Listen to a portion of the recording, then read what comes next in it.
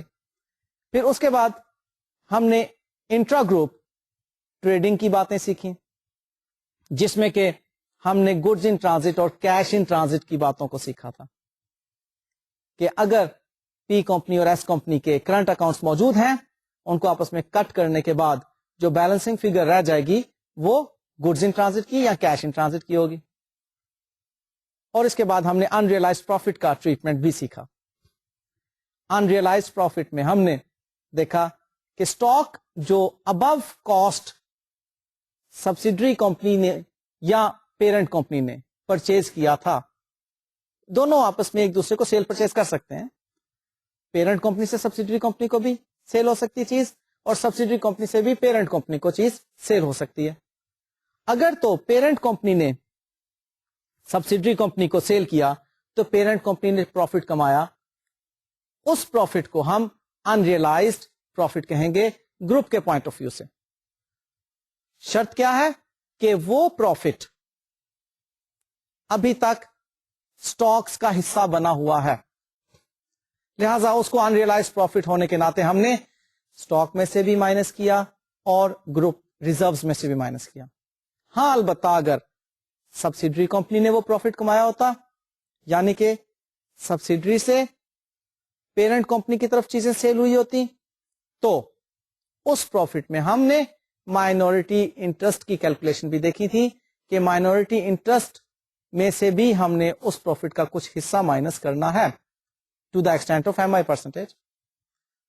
Next ہم نے fair value adjustment کی بہت اہم کانسیپٹ کو سیکھا, کیونکہ اس کے بغیر گڈ ول کو کیلکولیٹ ہی نہیں کیا جا سکتا تھا. ڈیفینیشن کے مطابق میں نے آپ کو بتایا کہ fair value of net assets کو ہم مائنس کرتے ہیں کاسٹ آف انویسٹمنٹ میں سے. سو فیئر ویلیو ایڈجسٹمنٹس کو سیکھنے کے ساتھ ساتھ ہم نے ڈیپریسیشن کی ایڈجسٹمنٹ بھی سیکھی, اور پھر ہم نے یہ بھی سیکھا اس کنسولیڈیٹڈ بیلنس شیٹ کو بناتے ہوئے کہ اگر ہم نے ڈیورنگ دا ایئر کوئی سبسڈری ایکوائر کی ہو تو ہم نے کس طرح سے پری اور پوسٹ کے ایلیمنٹس کو اینالائز کرنا ہے, اور ڈیویڈینڈ اگر پری ایکوزیشن پروفٹس میں سے ملے تو اس کو کس طرح سے ٹریٹ کرنا ہے, اور فائنلی نیگیٹو گڈ ول کے بارے میں ہم نے باتیں کی. میں سمجھتا ہوں کہ یہ ساری باتیں آپ کو اچھی طرح سے سمجھ آ چکی ہوں گی.